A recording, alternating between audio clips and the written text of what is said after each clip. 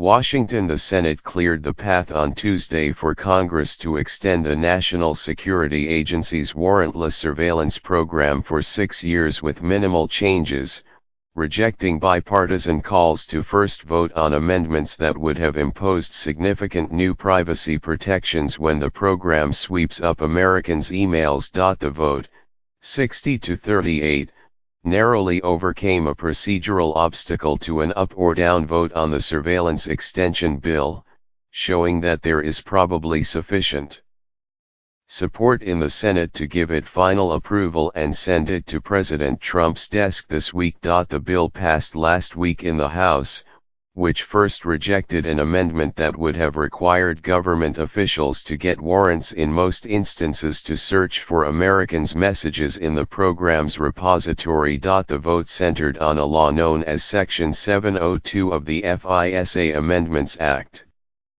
It permits the government to, without a warrant, collect from American companies like AT&T and Google, the emails, phone calls, text messages and other communications of foreigners abroad who have been targeted for intelligence surveillance even when they communicate with Americans. While Senate approval of the bill has been widely expected, the outcome of Tuesday's vote was not certain because several lawmakers, including Senators Ron Wyden, Democrat of Oregon, and Rand Paul, Republican of Kentucky, had vowed to filibuster the legislation, meaning the approval of 60 of the 100 senators was necessary to overcome that procedural delay tactic. The vote was close, and was held open longer than expected at a 58-38 split while the holdouts fell under heavy lobbying by their colleagues.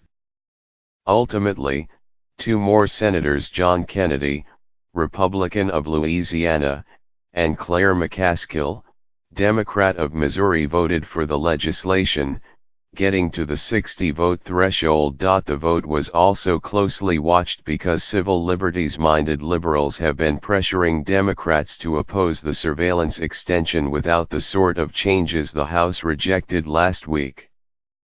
Such pressure suggests that the vote could have political reverberations if progressive-leaning voters treat it as a litmus test in future contests like the 2020 Democratic presidential primaries. First enacted in 2008, the law codified a form of the NSA warrantless surveillance program that the Bush administration secretly created after the September 11 attacks.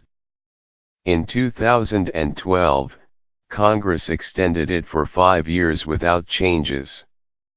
It is now up for renewal for the first time since the 2013 leaks by the former intelligence contractor Edward J. Snowden set off a broad debate about surveillance and privacy. Before the vote, Mr. Wyden and Mr. Paul held a news conference with several other senators who argued that the bill as written was insufficient and who objected to a maneuver by the Senate Majority Leader, Mitch McConnell, Republican of Kentucky, to prevent lawmakers from getting a chance to vote on amendments to it. But introducing the Senate session soon afterward, Mr. McConnell emphasized that the law did not permit warrantless collection targeting Americans or people known to be in the United States and urged his colleagues to permit a vote on the House bill without amendment with respect to foreigners on foreign soil. 702 gives the men and women who keep us safe a vital tool they need to fulfill their missions, Mr. McConnell said. 5 years ago, Congress reauthorized the title with overwhelming bipartisan support. It's imperative that we do so once again. Republicans who broke party ranks to oppose Mr. McConnell's effort to move forward on the bill without amendments included Ted Cruz of Texas, Steve Daines of Montana, Cory Gardner of Colorado, Dean Heller of Nevada, Mike Lee of Utah, Jerry Moran of Kansas, Lisa Murkowski of Alaska and Mr. Paul. Democrats who supported Mr. McConnell's move included Tom Carper of Delaware, Bob Casey of Pennsylvania, Catherine Cortez Masto of Nevada, Joe Donnelly of Indiana, Tammy Duckworth of Illinois. Dianne Feinstein of California, Maggie Hassan of New Hampshire, Heidi Heitkamp of North Dakota, Doug Jones of Alabama, Amy Klobuchar of Minnesota, Joe Manchin of West Virginia, Ms. McCaskill, Bill Nelson of Florida, Gary Peters of Michigan, Jack Reed of Rhode Island, Jean Shaheen of New Hampshire, Mark Warner of Virginia and Sheldon Whitehouse of Rhode Island. Angus King, Independent of Maine, also voted to move forward on the bill. Complicating matters, the bill contains a gesture toward creating a requirement that the authorities get a warrant for such surveillance when FBI agents already have a criminal investigation open into an American with no national security angle.